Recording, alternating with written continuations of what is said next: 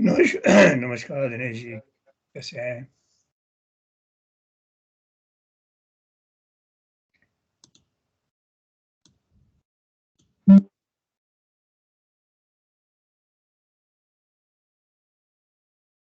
Okay, so there are only one attendee at present from Manila.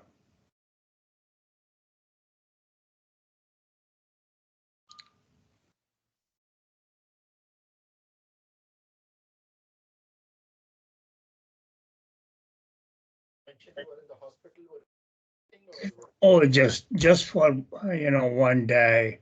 What happened?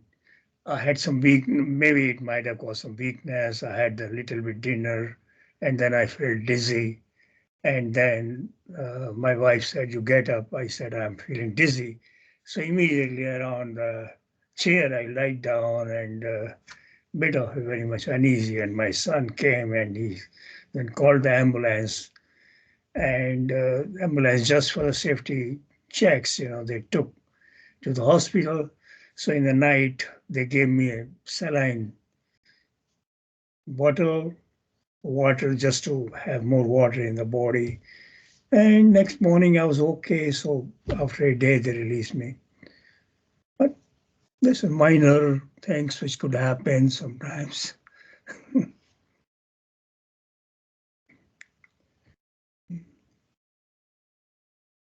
So how are things with you?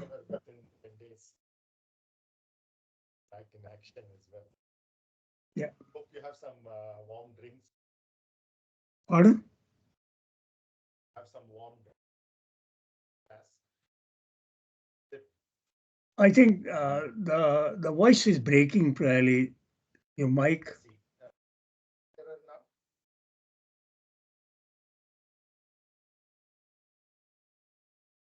I was just wondering if you have something to drink. The class. Hello, sir. Yeah. Hello. Hello. Good afternoon, everybody. Yeah, very good afternoon, sir. So how's your health, sir, now? Well, I'm okay. Just Okay. a bit of a hiccup. Okay. And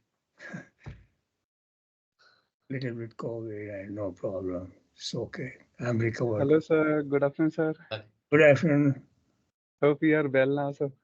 Yes, I'm okay. And that's why I'm able to deliver a lecture today. And Nice to see you, thanks all of you for the best wishes.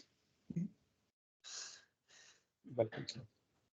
Okay, I think while we might not wait for long, we can start now and let the people join as go. I think Dinesh sir's voice is not audible.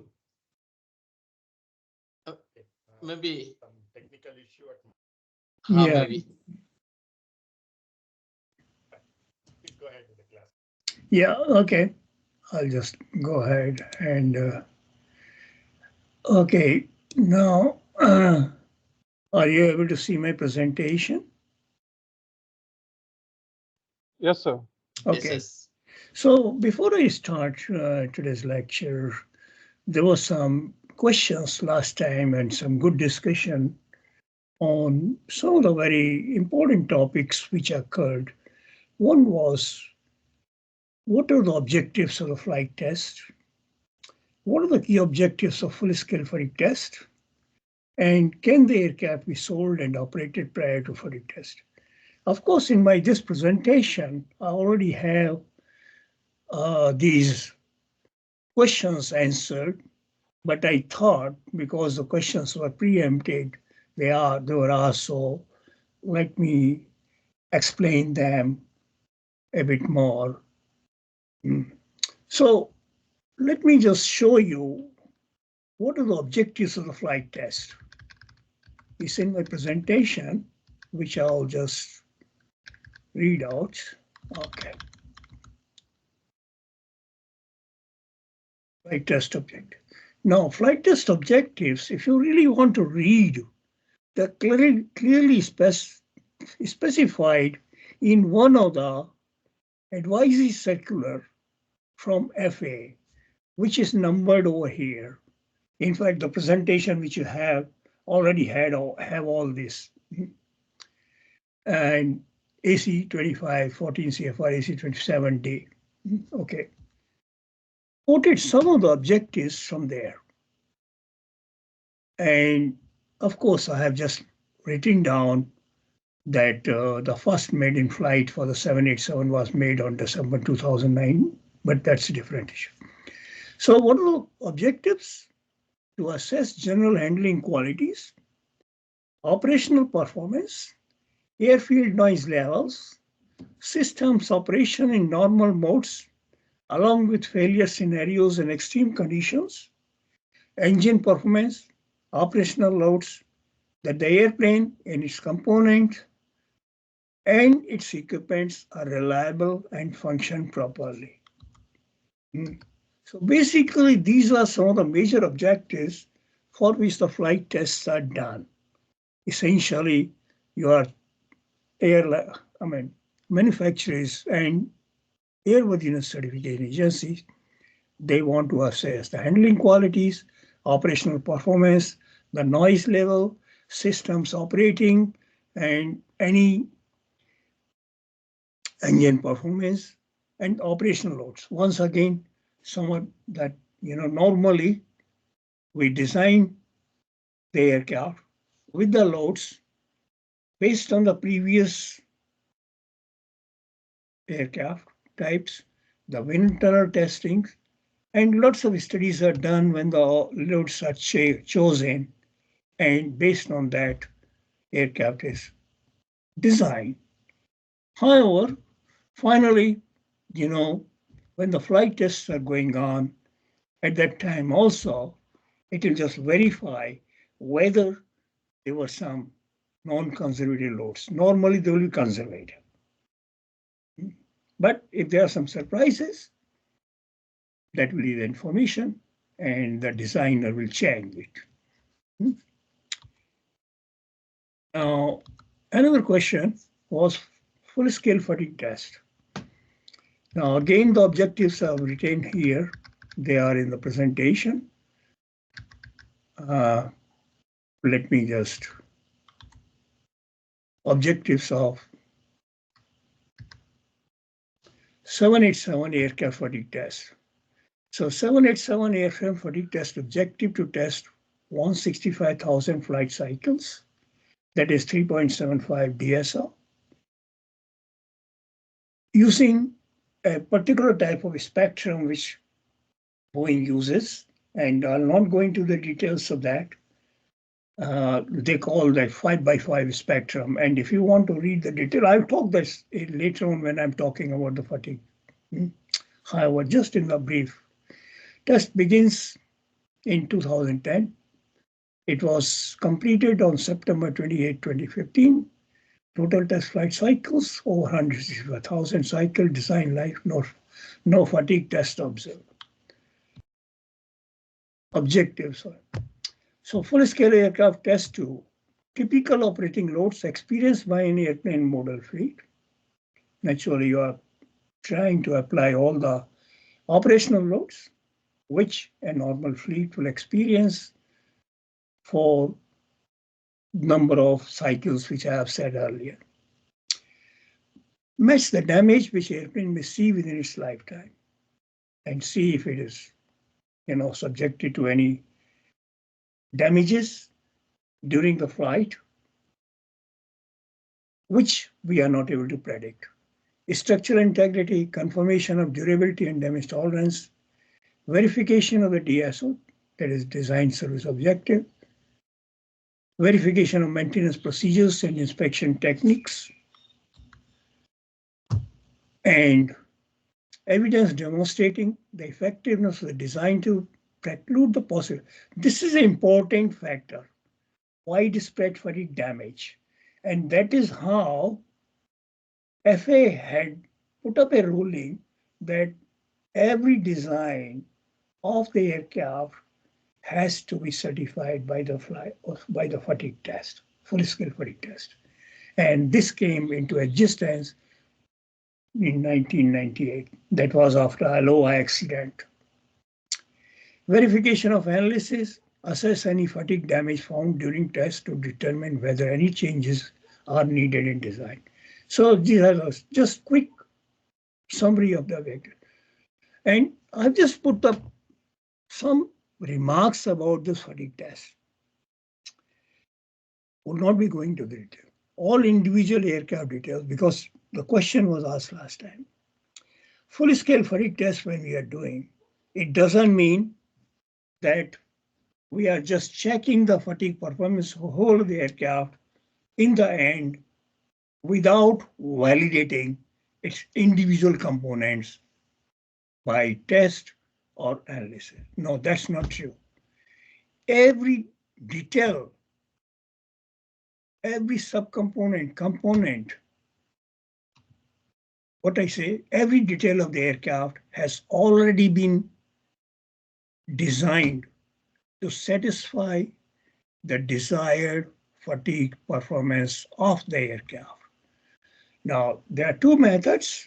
One, if the methods are validated, like say if it's a metallic structure, normally Boeing has developed all the methods using the fatigue analysis, the crack propagation analysis, the standard methods, so it just uses that.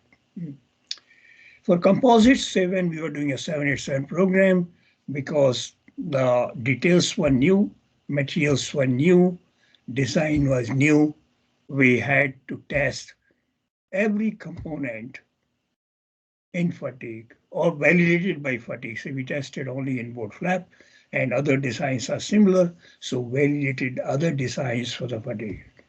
Now what I'm trying to say here, that you have to validate by test, analysis, the design to satisfy the required performance in fatigue prior to going for full-scale fatigue testing. The components with new design features would be fatigue tested and validated as just the final fatigue aircraft will generally have the wing, fuselage, and empennage structures and some important other structures. So it's not, don't consider only this. There may be other items which are critical to each other. So, however, I made a point last time and really it shouldn't have been misunderstood. I said some of the elements could be dummy elements, which have been well proven by your design testing. So you can have a small structural attachments like some flaperon or some spoiler, which may not be contributing to the functionality or the fatigue test objectives. That's where we could use the dummy elements rather than considering, just excuse me, just Arun भाई मैं आपको बाद में call करूं, मेरा 9 बजे तक lecture है, मैं लेक्चर में हूँ। अरे बाद में करना 9 बजे के बाद। Okay, thank you, bye. Sorry for that. Okay, now, so some of the structural elements may be installed as dummies if these have already been validated by appropriate test and introduce no issues for the FDA widespread validation. So this was a summary of the remarks, which I thought I would better provide because there were some doubts what goes into the fatigue testing. And I thought, as far as my using one word dummy shouldn't have been misunderstood. That is why I thought, let me just make it clear. Okay, another question, third question was, can the aircraft be sold and operated prior to fatigue test? I would say no. It can be sold, but it cannot be operated before some fatigue testing has been done. That is according to, so let me just show you the timeline of the 787 program to give you some feel. The program was announced in 2003. Application of type certificate in 2003, 2004, program launched with operate with an order of 50 airplanes from all the airplane airbase. And 2009, first maiden flight. 2010, TIA was issued. Then, that is technical inspection authorization issued. September 2010, aircraft fatigue test begins. Okay. Certification is done 2011. And this is, you see here, September 2011, first 787 delivered to ANA. And they started operating on October 26, 2011. So remember this date, 2011, test begins in September 2010. So from here to here, operational, there has been a 1 year gap. So during which the aircraft fatigue test would have done some cycles. Maybe I don't know how many flights, maybe 10,000 flight cycles or 20,000, because total time says 5 years. So assuming average 65,000 cycles in 5 years. So approximately 30,000 cycles might have been done. So that means, suppose the aircraft had to begin operational. And according to rule of FAR, as I've always described, that no aircraft can fly more than the 50% of the cycles which have been tested by aircraft in fatigue. So that means, suppose by the time it started operating and fatigue test of aircraft would have done 20,000 flights. So it will be permitted to fly for 10,000 flights. Okay. So that is the answer to that question when I was asked about the operational. So any question on this? Confusion?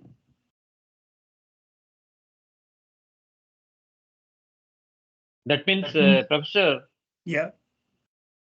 that means before FST, that means flight, aircraft can fly before FST is completed. Because 2015 it got completed. Yeah. 5 years it took. Sure. You don't wait for whole of the fatigue test to be completed. The rule is the lead aircraft, which is a fatigue test aircraft, must continue being tested, but your commercial flight cannot exceed half the number of cycles for which the test has been done by that time.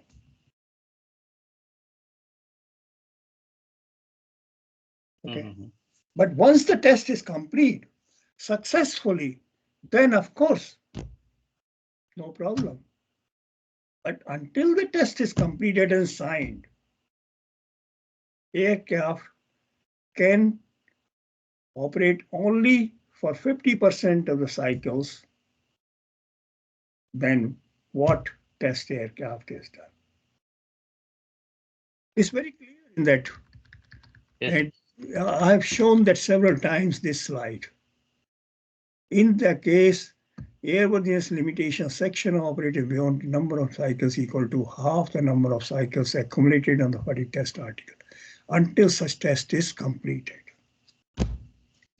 So it's very clear from FA point of view.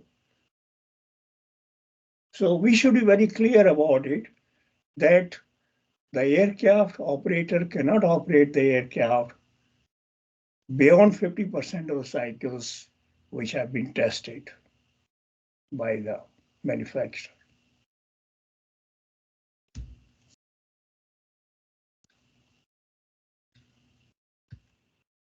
Okay, and before I do, when I'm discussing that, I thought, let me just show you very quick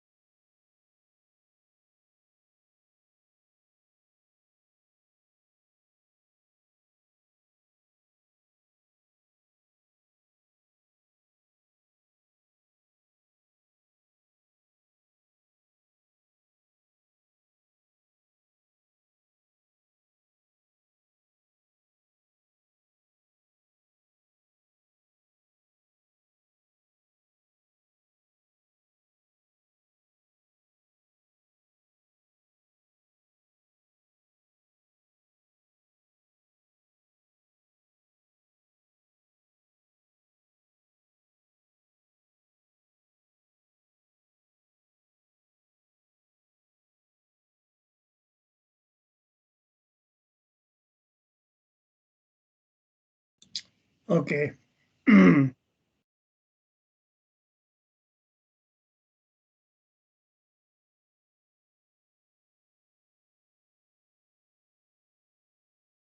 Oh, I'm sorry. It's continuing.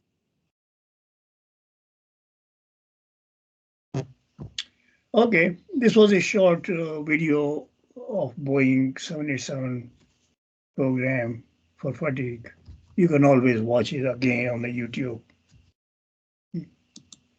And the link is in my presentation. Actually, when you go to the fatigue test of the aircraft, you will find this link. Anyway, now what I'll do, I'll go back to the presentation where we were last time.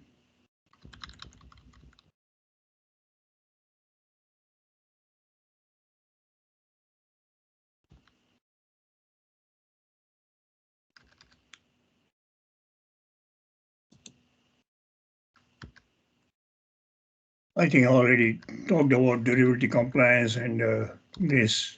Now, let me start with this slide of lightning strike, unless there are some more questions. Any questions?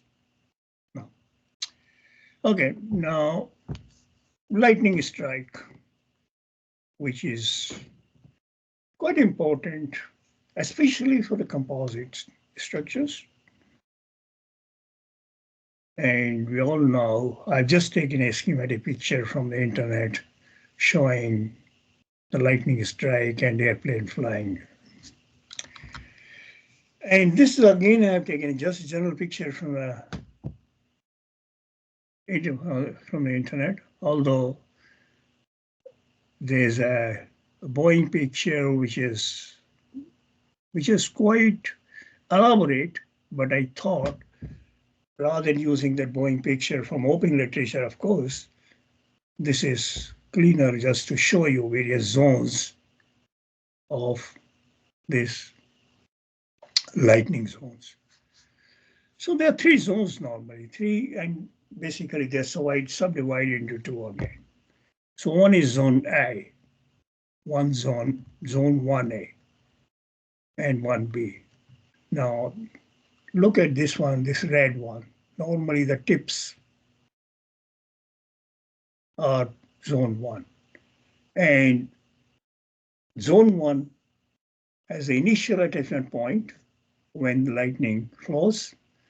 Low probability of flash hanging on. Flash normally just keeps swept. It doesn't hang on. And typical currents, 200,000 amperes, very high current, but they are all momentarily. And quite often they have, if there are lots of clouds and lightning, it may be passing through lightning continuously. It may be having such type of currents. Zone 1B, initial attachment point, high probability of flash hanging on. Now, I'm not going to the details because you can look into the books or some literature about various issues of this. High probability of flash hanging on. Then zone 2, which is milder than zone 1, sub-stroke zone. This is almost whole of the fuselage. And then a small zone, zone 2B. So again, swept stroke zone, low probability of flash hanging on, typical currents 500 amperes. Now look at the 20,000 amperes in zone 1A, zone 2A, 500 amperes. So it's much smaller, milder.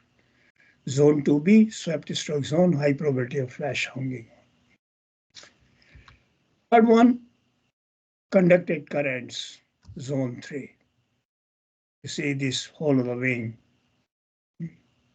is much milder compared to this and this. No actual attachment of lightning strike, high probability of very direct attachment of lightning flash arc. Now,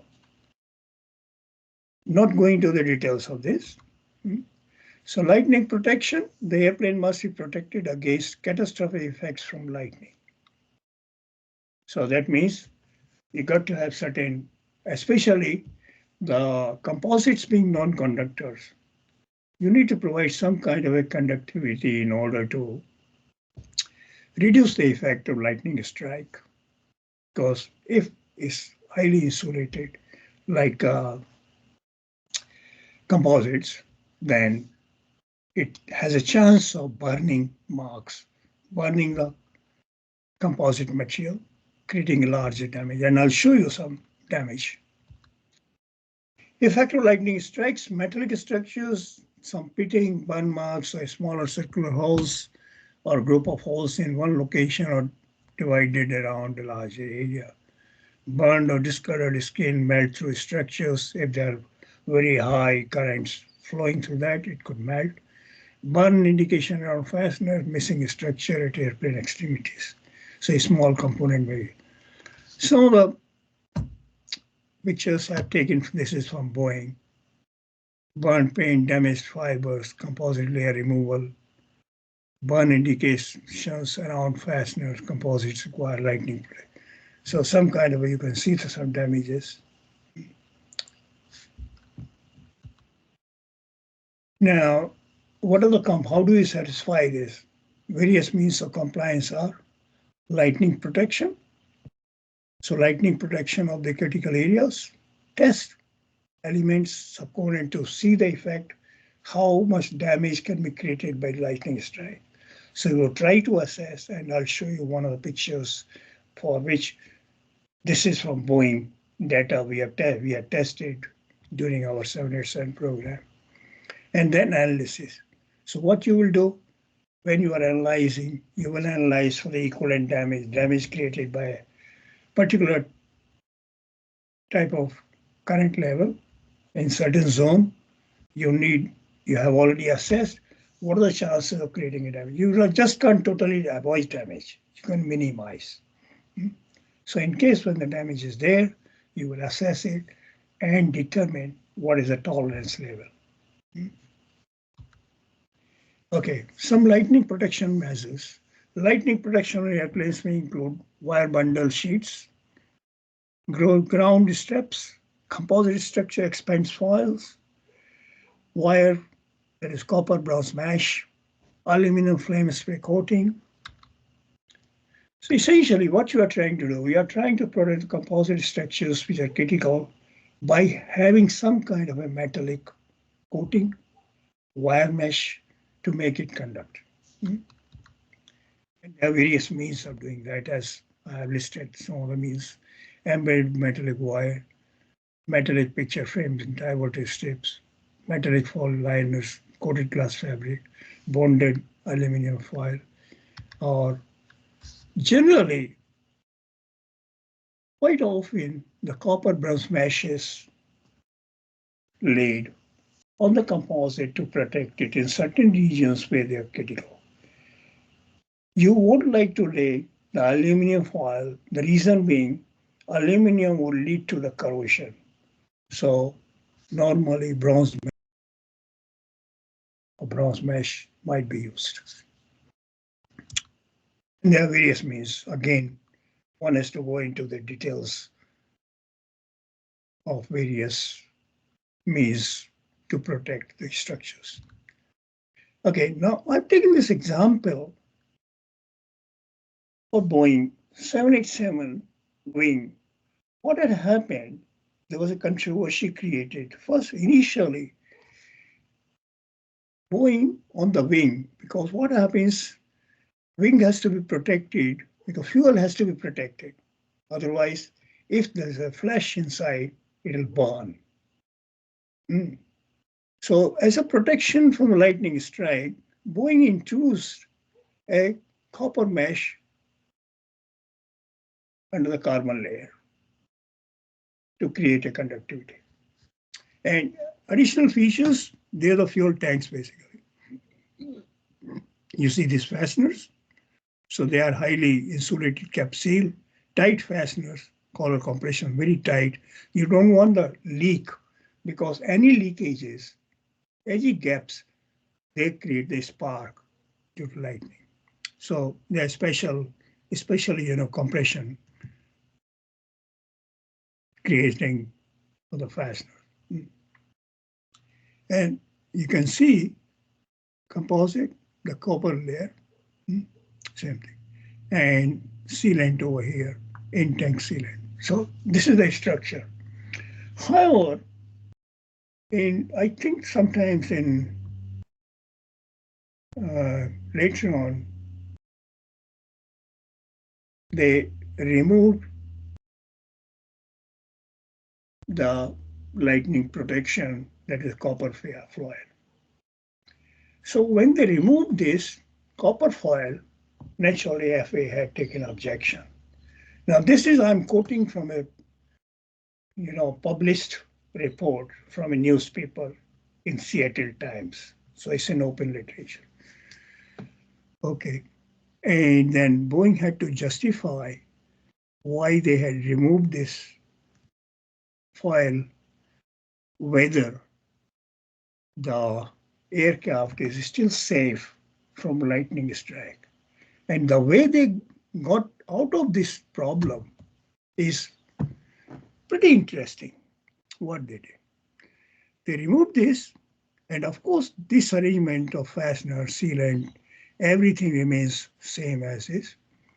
But here, they filled the tank with the nitrogen. So nitrogen generating system is there. So as the fuel is being burned, the gap which is there, as the fuel is used, the liquid level drops in the tank, and those fuel vapor rises to fill the open space. Now, that means fuel vapor can be flammable. In order to avoid that flammability, they were generating the nitrogen, inert gas. So a nitrogen generating system fills the space above the fuel with the inert gas, causing the mixture to be non-flammable. So it is an interesting solution to avoid burning or sparking the fuel. And that is how Boeing was able to convince and get the approval for the removal of wire mesh. The reason being, there are two aspects why wire mesh was removed. First thing is the weight. Second thing is the cost. We are laying the wire mesh on whole of this. It weighs, because any kilogram of weight saving is saving in terms of fuel. So, but this system was acceptable. It was. Any question? This? No. Yeah, I thought I'll just show, one of the mechanisms by which Boeing was able to get rid of this problem of. Professor. Yeah. That means in the 2019 design, the copper mesh was removed. Yes. That's what then, it is. Yes, yes. Then how the current will get transferred actually? I mean, it will so it will get stuck somewhere. Current, so burning may happen, likely to happen, no?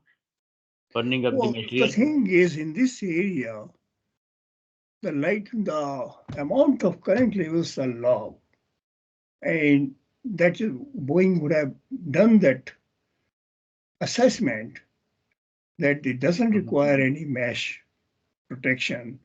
The mesh was put in order to protect basically the fuel from sparking in case there's a spark going through the fasteners. Okay, but otherwise, say the flaps are behind this, and we don't have any wire mesh on that. So there are certain regions we don't require a conducting elements because the current levels are very low and there's no significant damage to the structure. The other means of passing the current. But generally, overall these surfaces, there's not much of the high current levels requiring protection. Yes, in the tips, they would be, as I showed in the diagram. This. But this region is very mild, zone 3. No actual attachment lightning is low probability of any direct attachment lightning flashing on. Okay, so that is why these surfaces are not requiring the lightning protection like a wire mesh. So there with wing, it was over the fuel tanks. Okay, but just good question. Sir, I have like different question, but in line with the fuel tank, like for the like in the wing, there's a fuel. It is in contact with the composite. If the composite design of the wing is there, then it will contact with the composite. All composite, 100% composite. So how they avoid the high growth thermal effect on the composite because of the fuel? Because fuel is always in contact with the composites. Yes.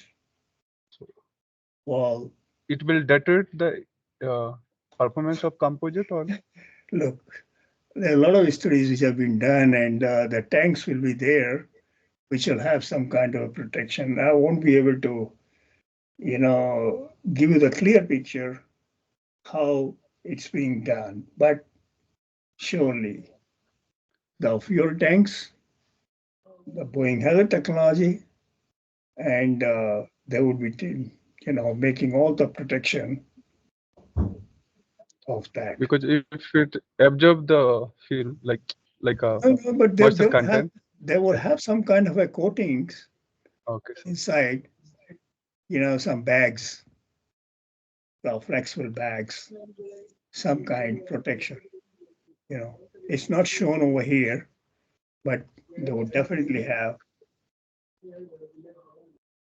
Okay, sir.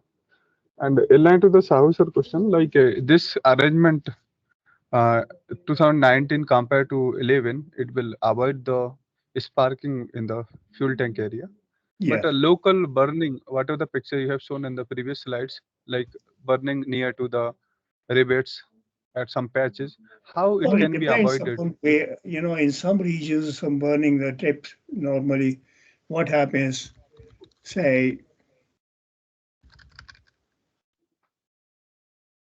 usually more damages might occur near the trailing edge, some kind of a lightning strike hitting and then burning on the, say, flap trailing edges, fasteners. But once again, all these studies are done and well proven what kind of damages could occur and what are the sensitive regions. So we designed for that. I appreciate that question and say when we are talking of the flaps, yes, we had considered the trailing edge fasteners maybe getting damaged, and we saw it from practice. Aircraft, in the practice flying, they had some damages during flight, lightning strike, and quite often the queries would come if they are beyond the allowable damages. But once again, these things, minor damages will occur, for which most of the time we already take into account during design features. Okay, But sir. there could be some damages which are beyond allowable damages, then they have to be repaired. Okay. So one last question. Yes. Is there any accident happen in the past because of the lightning strike only? Like Aloha failed with some region, something like caused by I'll specified. have to look into really that's the serious accident or fatal accident occurring due to lightning. Yeah. At least I am not aware of that. Okay, sir. But surely it's a good question. Maybe I'll do some kind of a Google search and look into if some cases where fatal accidents due to lightning have occurred. There might be, Okay, sir.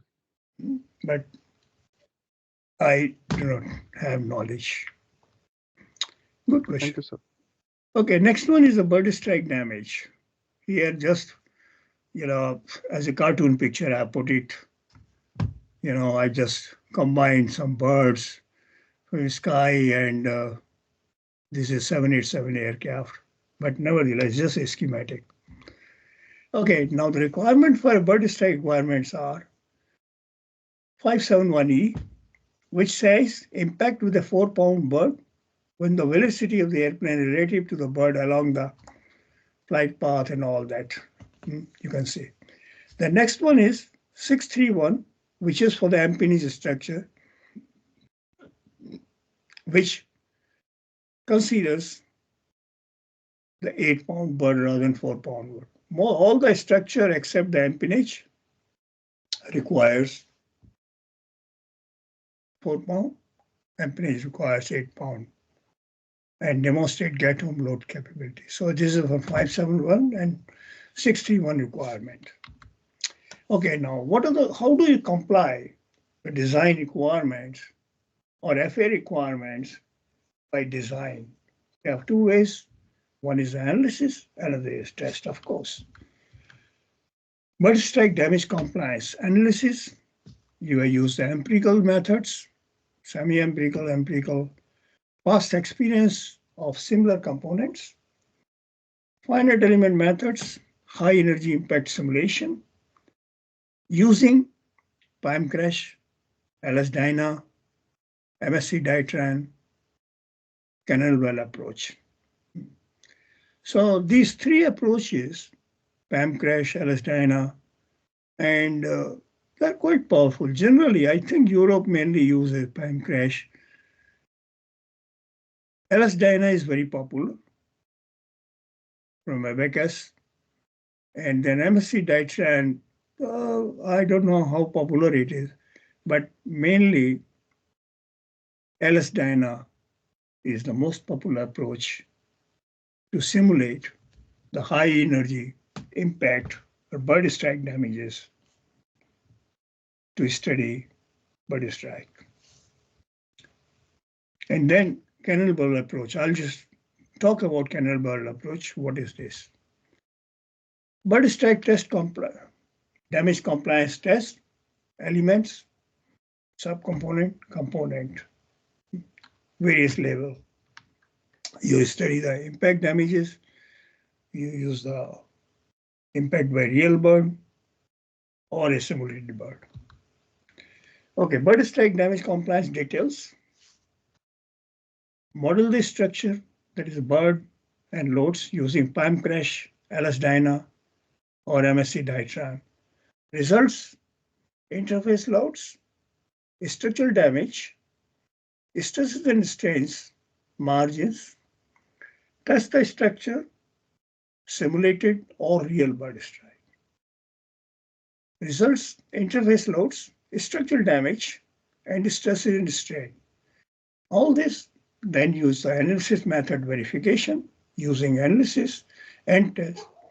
Then see the next slide. Then using this, then you can develop now equivalent cannonball approach. Now what we are trying to say, you have an airplane which is pretty big, and you have the wing leading edge, the control surfaces, the bird can strike anywhere. Nose, fuselage, generally the nose. And if you have to simulate the bird strike in every region of the aircraft, really you would be forever working, because each of the model may take a couple of days to run, because you are running a highly nonlinear abacus analysis for the damage. So it's a very time consuming. So what normally would happen, you would run some model for a typical structure, I mean wing, look into a wing or a flap surface and some region at certain angles of a strike, assess the damage behavior. Then what you would do, you would simulate similar damages by just having a cannonball approach. That, let me just show you. Suppose this is a wing surface or a flap. The bird is coming like this. It is hitting it. There may be many possibilities that the bird just goes through, or bird gets rotated, tilts inside, just goes like this, or it may not create much, any damage, depending upon the structure and bird.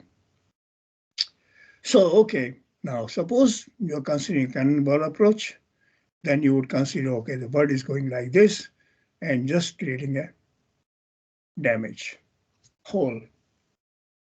So using this we are calling like a cannonball approach. So what it is doing, like a cannonball, is creating a damage on the path of the structure. That means now once you know you have defined at certain angles the damage created by the bird due to its trajectory impact, you will consider these damages at various locations depending upon the location. Then you will try to analyze. You define this damage. You can build a FEM model easily. You don't have to run a nonlinear model, simple FEM, or semi-empirical approaches to consider the effect of the damages on the asset structure. This is what cannonball approach is. So here I have just said, develop equivalent cannonball damage, similar design damage to the structure, analyze damage using semi-empirical or FEM approach, and determine the residual strength and the margin calculations that will assess the effect of the impact damage on the structure. So this is what cannonball approach is. Okay. Canal Express continued. Determine the extent of structural damage by canal road trajectories. Analyze the structure damage for structural areas. However, canal road approach may not provide the interface loads exerted during bird strike and shall have to be determined either through tenancies or not. What we are trying to say, if you have a structure like going to the structure, say you have the aircraft, bird is hitting, and you have, of course, simulated the damage by using canal road approach. But one of the problem with that is you have simulated the damage and determined the residual strength of that. But during the impact, when the bird is hitting, what is the interface loads? If you want to assess that, naturally, you'll have to use some kind of a modeling and try to generate the impact interface loads if they are important or by test. But generally, we are more interested in the damages because interface loads will not exceed generally than what we have designed to. Okay. Now I've taken one of my colleagues, Steve Georgiades, several years back, had published a paper. Of course, he was my colleague at Boeing and working together, of course, on 787 program. And what this is showing is a small stiffened box, about 70 inches long, multiple ribs, and FEM model was created in order to assess the damage created to bird strike. So a simulated bird was impacted onto the structure. That is, I'm talking about FEM. And at that time, the modeling technique was used as a PAM crash. And the structure you see, this is the test. That is this structure and hit bird strike was at this leading edge or D nose. So you can see this is the test, that is simulated test, created damage, and that's a D nose, and PAM crash predicted this damage. Lower skin, this damage, and you can see the damage. So PAM crash modeling was successful in modeling the 4-pound bird strike onto the structure. So this was one of the validation, of course, at that time. And later on, of course, 787 program was mainly using Elastina, not PAM crash.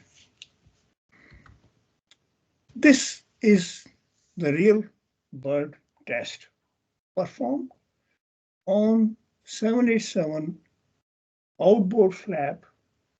This test was conducted in Seattle. Outboard flap was produced at Boeing in Melbourne and shipped to Seattle for testing. They mounted, you can see this mount, and the flap is there. The real bird, although it's not alive, it was, you know what happens, you have a bird carcass, it's a dead, and then it is packed into cannon and fired. And you can see here the bird blood stains, but there was no damage. And that proved our design capability for the bird strike. So that is how 787 bird strike was proving. However, this was not the only thing which was done. In addition to this, many of excuse me, FEM models were created, nonlinear, using say Celestina. And also then using other techniques, the simulated damages for all the structures like inboard flap, outboard flap, and aileron, which are critical for bird strike damages. The damages were simulated and they were analyzed using the FEM, using the semi-empirical approaches to study if the structure will be damaged all right after the bird hits the structure. And that is how 787, all the primary structures were validated for the bird strike. Analysis and test. Any question? I won't be going into the details how it's done. It's not possible, but just providing a summary. Next is sonic fatigue. Before I jump to sonic fatigue, once again, anybody has any question on bird strike?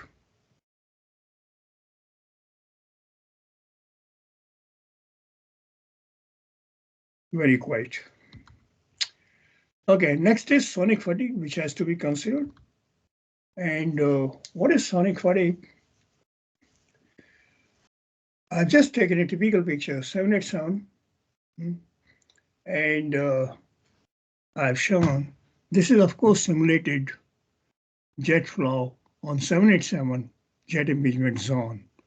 So when engine is running, then it will create a jet. And in this vicinity of the jet, this region where there is a flaperon and part of outboard flap, they lie in the zone of jet efflux. And in this region, it will have high vibration, random noise generated, high cycle with low amplitude vibrations for a short duration. But that short duration of about a minute or two during takeoff may be enough to cause the damage to the structure if it's not properly designed, because the number of cycles would run into hundreds of thousands during that period. And they will get accumulated during each takeoff. So it's important to design the structures for sonic fatigue. So just schematically, you have aircraft parts in the vicinity of jet engine, noise vibration, high frequency, low amplitude pressure cycles, sonic fatigue loading to the structure, which will cause sonic fatigue loading, because basically these vibrations will cause the fatigue and which will cause a structural damage.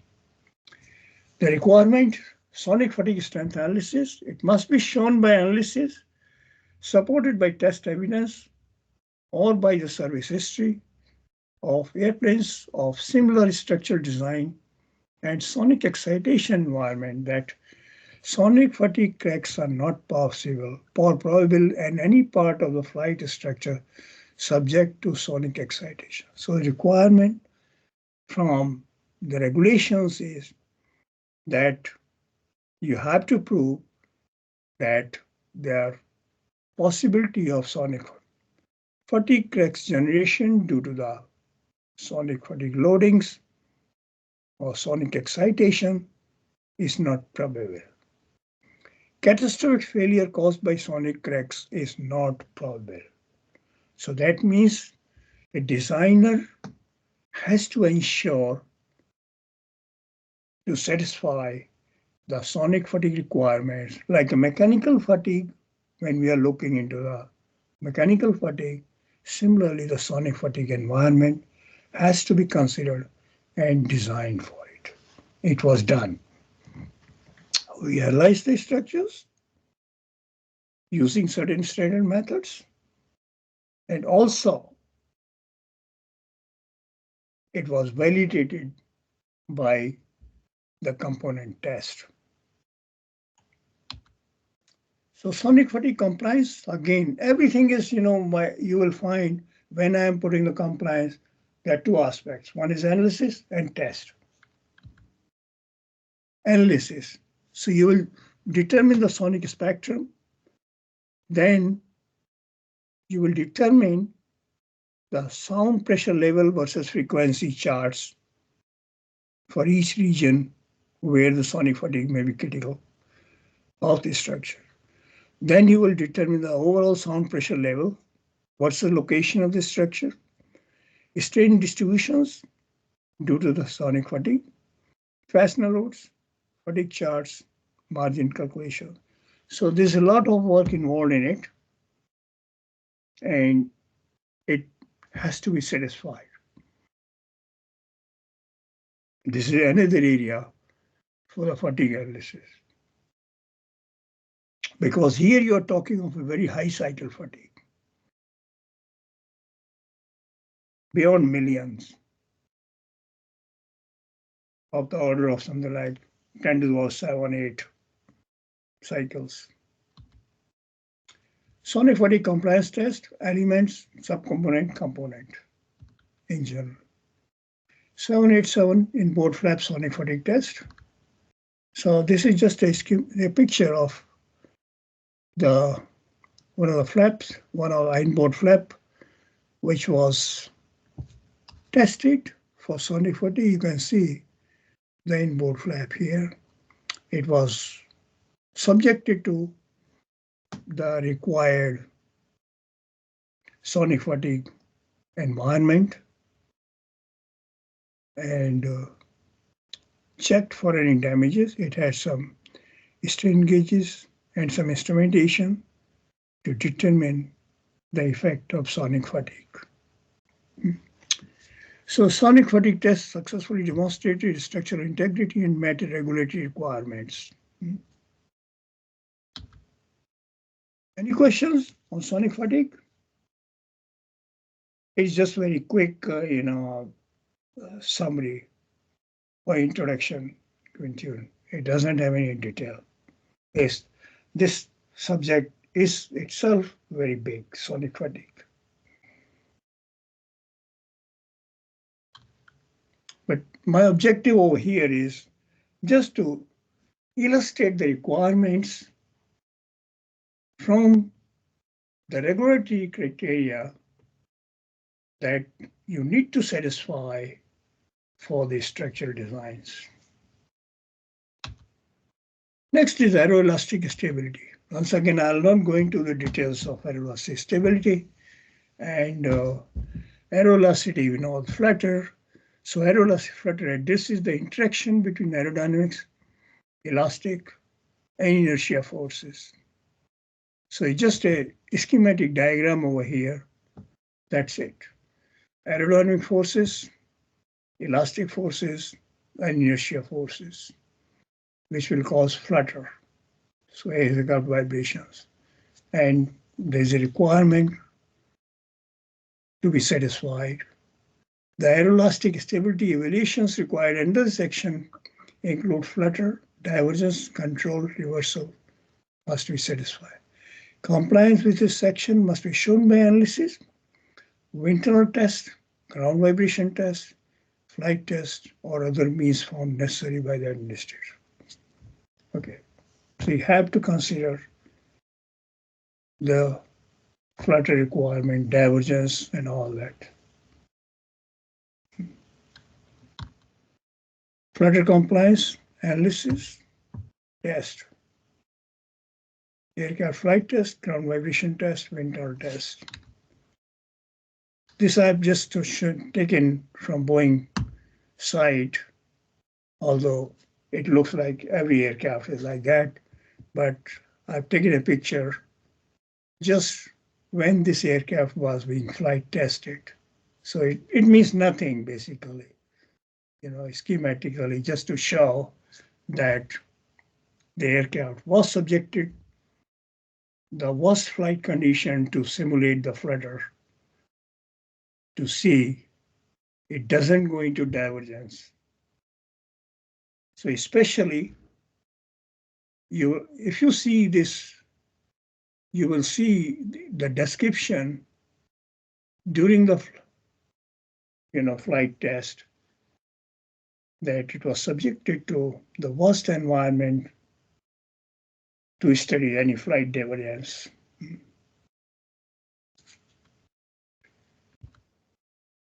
Next is crashworthy. Any questions so far? No. So it has been fairly quick. Next is requirement which has to be satisfied is crashworthiness. There are a couple of requirements from FAA. 561, which says the airplane, although it may be damaged in emergency landing conditions on land or water, must be designed as to protect each occupant under these conditions. So the main idea is that it may crash land, aircraft is allowed to crash land, say, on land, water, but occupants need to be safe. And that is the objective. Let the structure get damaged, but there should be no harm to the occupants. So that's the key to design this crashworthiness. Emergency landing dynamic conditions. The seat and restraint system in the airplane must be designed as to protect each occupant during an emergency landing condition. Next is structural ditching provisions. Structural strength considerations of ditching provisions must be in accordance with particular rule. Ditching, if certification with ditching provision is requested, the airplane must meet the following. It is just to highlight that there are many requirements which the manufacturer has to satisfy in order to protect the passengers. That's the main thing. Now, compliance, once again, the same thing like a bird strike damage simulation, that analysis and test, simulation using LS-DYNA, MSc Dytran, Palm Crash, or other software, test coupon elements, subcomponent drop test, full scale aircraft, not economical, of course. You don't perform whole of the aircraft crashworthy test. It's not feasible, too expensive. So it's only a subcomponent like a barrel. Part of the barrel would be done. Okay, I've just taken a picture from one of the study which was performed on 737 fuselage simulation. I don't have 787 details, but this is what some investigations were done for 737, which is in public domain from FAA, and I've just shown the video. So what it is showing, MSc Dytran model for B737 was used, and you can see this is the model, and this is the actual barrel, part of the fuselage which was made, and these are all dummies. So you can see the similar damage created. They were able to simulate the damage equivalent what was achieved in test. Similar methodology can be used for composite fuselage also. This is metal, but nevertheless, Boeing would have used for composite, that is 787 program, to simulate the damage similar to this. But I don't have the details. This is another picture where pre-test fuselage section, 737, and after test, post-test fuselage. And they were able to predict this behavior by the simulation. So good technique. That means it validated the technique of modeling. Now, as coming to the 787 program, I could get some information, but no details. Of course, I've just quoted here, test of B787 fuselage section composites. The test section length was 3 meters. As I said, you won't test whole of the barrel. It's not needed. Drop height 4.5 meters.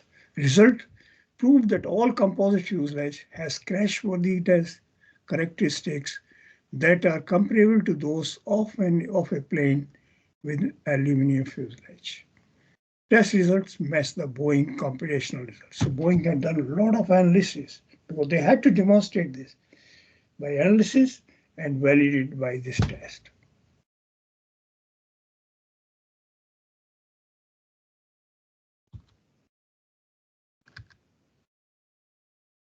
Any questions so far? It may be a bit dry, but continued airworthiness. Next one is continued airworthiness, means basically the maintenance. So instructions for continuing airworthiness. The applicant must prepare instructions for continuing the airworthiness in accordance with Appendix H and all that. That is various kinds of manuals, maintenance manual. The instruction for continued airworthiness must contain following manuals of sections as appropriate. That airplane maintenance manual section, introduction information. And then again, as far as the compliance is concerned, continued airworthiness. So again, by analysis, testing and validation, and maintenance manuals. Continued airworthiness analysis. So there are 3 things when you're trying to analyze for continued. One is what are the allowable damage limits? That is like how much hole you can allow, what kind of dent you can allow, what kind of notches you can allow, disc bonds, etc., capable to withstand design ultimate loads are defined for the structure. That is, those damages are not to be touched. You don't need to repair certain allowable damage. That allowable damage limits definition is the one that you are allowing some damages for existing throughout the life of the aircraft without being repaired. Then repairable damage limits. Limits for the repairable damage. What happens during the service? The airplane will get damaged. And then we'll define what the damage size airline can repair and what sizes of damage which airlines can't repair. So that type of manuals also were prepared by us. It's very detailed program, the repairable damage. We did all the analysis for various damages. The repairs, they were validated by test, by analysis, and then we had to put the type repairs in various regions, because what happens in the structure, there would be different regions, layups will be different, thicknesses will be different, loads will be different. So based on that, it took a lot of effort for each component to be put on the maintenance manuals, repairable damage limits, allowable damage limits, and then repairs analysis and validation. Repair analysis methods supported by test and analysis validation. So all this work, to do this work, even for just a small part of the aircraft, that is 787 flaps, that is trailing edge structures, would have taken hundreds of thousands of work hours. testing, design, analysis.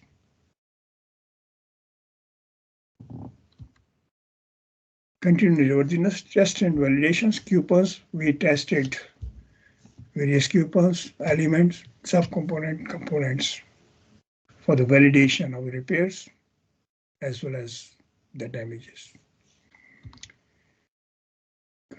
Maintenance manuals, that is reliable damage limits, in-service repair limits and methods, and manufacturer repair limits and methods, various methods. Repairs test validations, so repair types, scarf patch repair, bonded doubler repair, bolted repair, but this is the one which we normally highlighted for the structure. Just typically, you may have a scarf repair, you may have this overlay ply, a scarf repair, and another one, a strap. Normally, you don't do this type of it. This is the one, a scarf repair.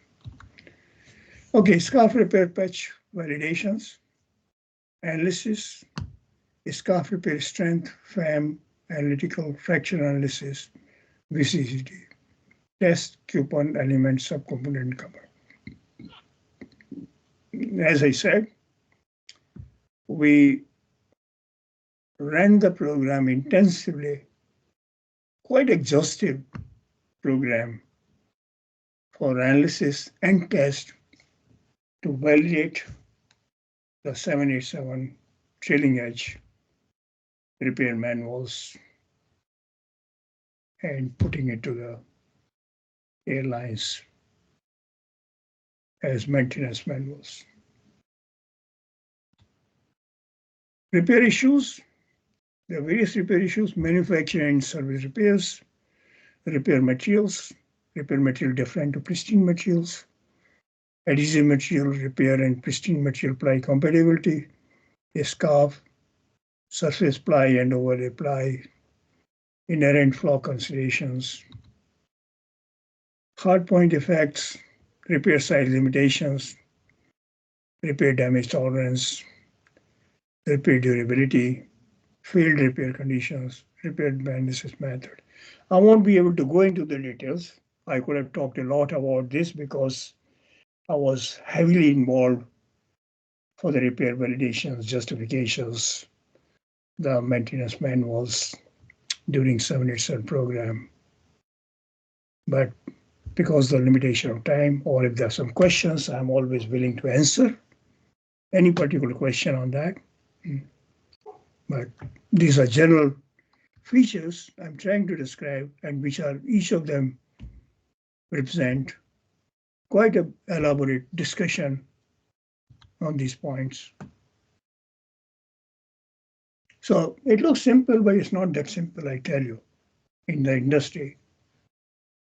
When we are talking composite structures, the repairs are not easy.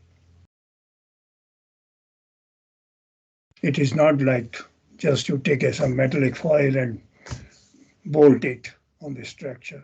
Not possible.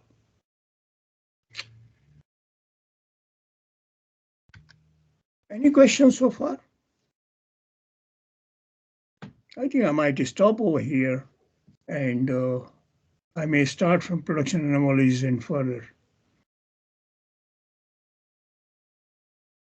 Maybe I might need 2 lectures to finish off this. So any questions before I close now?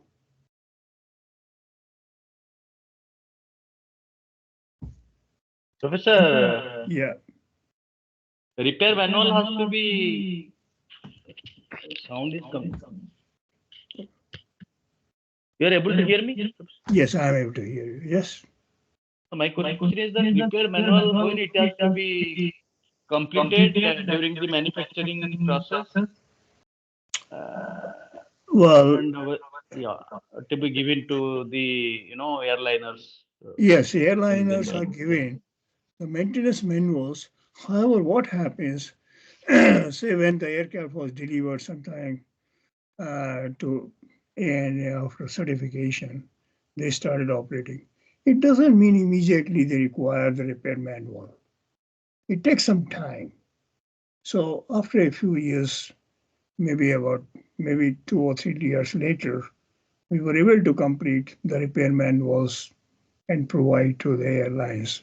Possibly, I don't remember the timings, how the timings interacted, but it's not. But manuals are necessary to be provided to the airlines. Because what happens when you have sold the product and some damage occurs, they just can't keep on coming back to you. You're holding them. So maintenance manuals are provided, but I won't be able to give exact timing when the complete manuals were provided or partial manuals and then complete manuals. But yes, repair manuals have to be provided. And repair manuals will contain all the information I was telling, the allowable damages, pictures, where the damage, what sort of damage they can tolerate, the repair plans. Everything is written down in maintenance manuals. They're quite detailed, exhaustive work. And as I said, it's not very simple. Manuals may look simple, but the validation of those repair manuals, a lot of work has gone into what happened here. We were talking during the composite structures, a new type of structure, new type of materials. So we had to do a lot of work in order to substantiating the defects, the damages, allowable damages, the repairs, repair methods. So it was not a very simple program, because of the new features of the design. Normally, if it is a metallic aircraft for which the standard repair methods are there, so it won't require much of the justification. And there would be standard repairs by Boeing. But next time, if new design is there, having a similar feature, probably the work will be reduced based on the previous work for which the Boeing would have experience. Okay. Did it satisfy your question? Yes, Professor, normally for all the components, the repair manual has to be done? Yes, yes, each component, because damage could occur to any component, say whether it's an inboard flap, outboard flap, the spoiler, flaperon. For each one, a different manual was written, and they will be all combined together, of course, in one.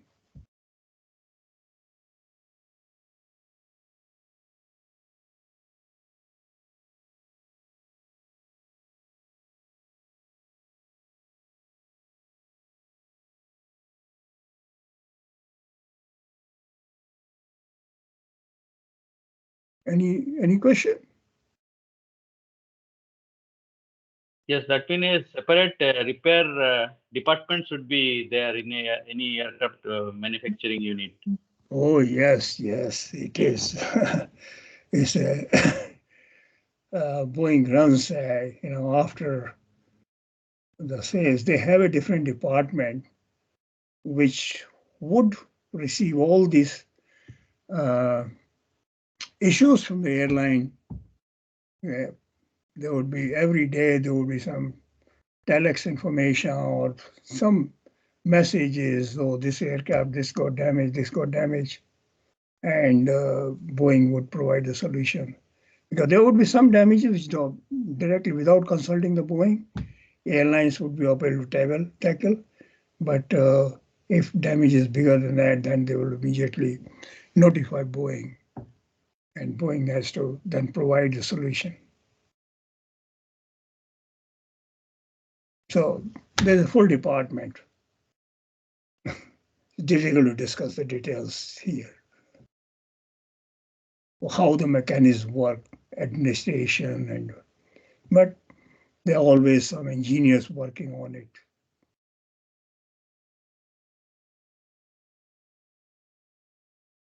I know some team of engineers who would always looking into the service issues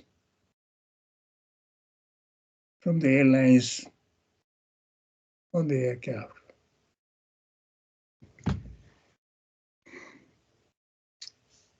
Any other question?